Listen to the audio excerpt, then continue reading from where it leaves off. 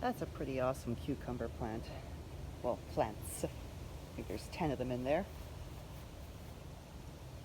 Look at that. It's doing great. But this isn't what I wanted to talk about though today. I was doing an experiment to, the garlic is almost ready to go. It's starting to die down. But I had cut off all the scapes, of course, except for one in here. Because I'm not fond of scapes per se, so y'all love them, great. But I cut all the scapes off of here except for one. He's pretty tall now. He's like my height, which is, I don't know, not very tall, but it's getting ready to like open up soon enough. I didn't throw away the other scapes though. I'll show you what I did with those. Hold on.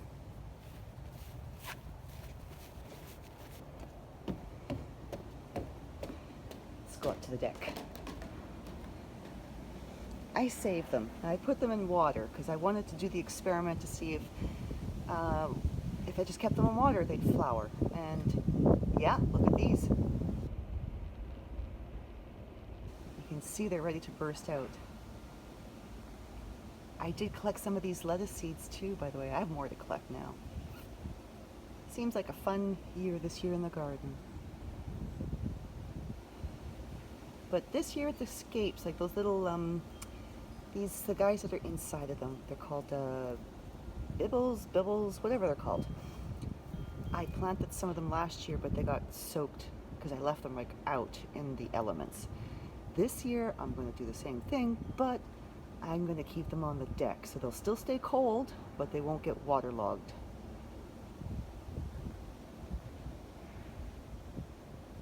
It's kind of pretty in a dead looking way, isn't it?